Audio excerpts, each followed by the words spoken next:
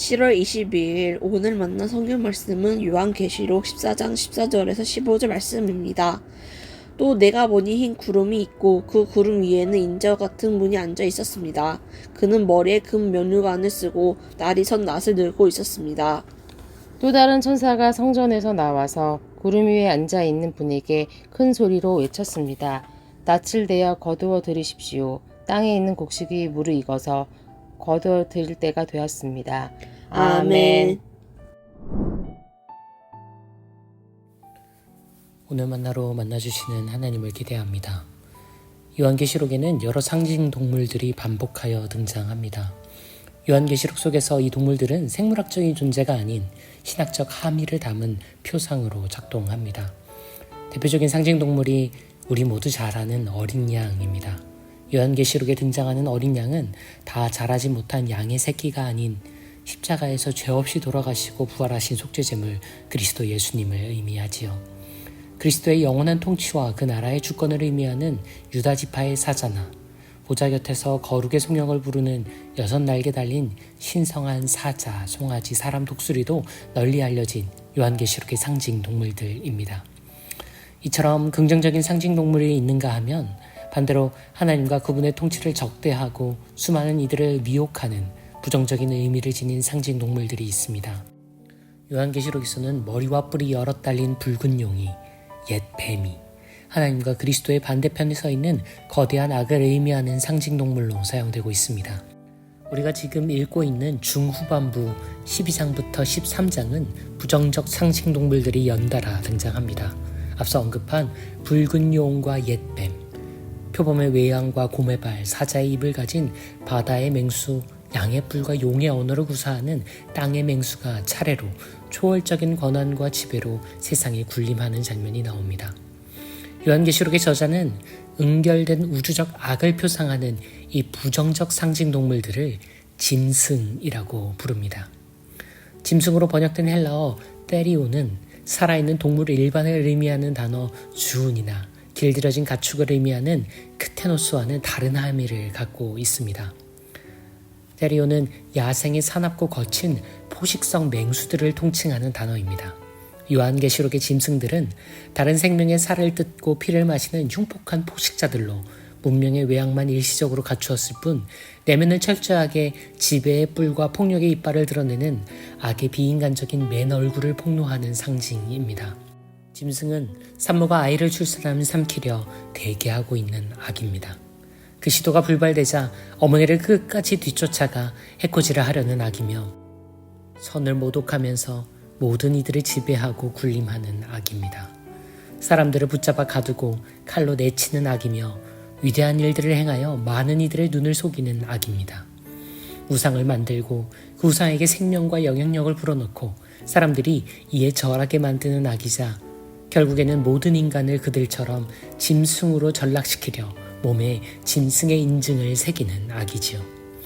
요한계시록의 저자에게 악이란 하나님과 그분의 통치에 반하는 반창조의 구조적 비정상입니다. 그리고 이 비정상성은 약육강식의 폭력으로 일관되게 표현됩니다. 그 안에는 하나님이 우리 안에 나눠주신 당신의 형상, 즉 인간성이 부재합니다. 그래서 요한계시록은 이 악을 짐승이라 부르기를 주저하지 않습니다. 짐승이라서 비인간적인 것이 아닙니다. 인간이기를 포기하면 짐승이 됩니다. 결코 그 반대가 아닙니다. 호모사피엔스 사피엔스의 DNA와 외양을 가지고 있어도 사람의 길을 저버리면 그는 짐승입니다.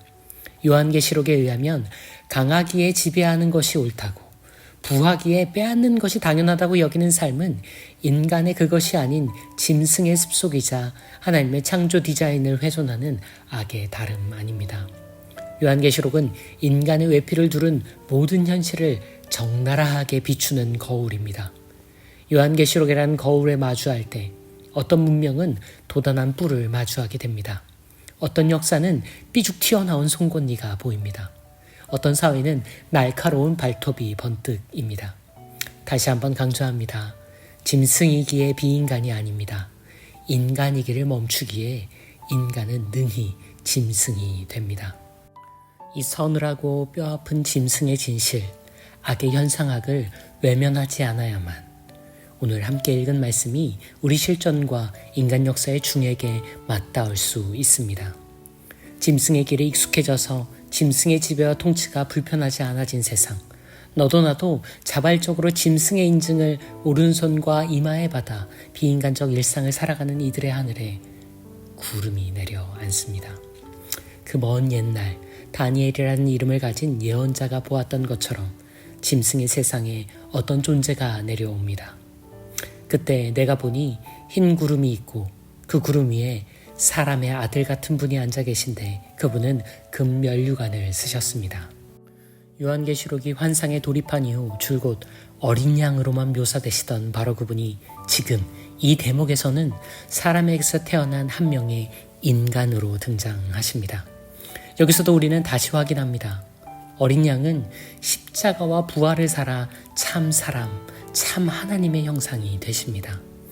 인간으로 살아갈 때, 하나님을 닮아 살아가도록 설계된 우리의 형상에 충실할 때, 하나님 나라의 언어와 문명을 따라 그 나라의 문화와 유산을 살아낼 때에만 우리는 참 인간일 수 있습니다.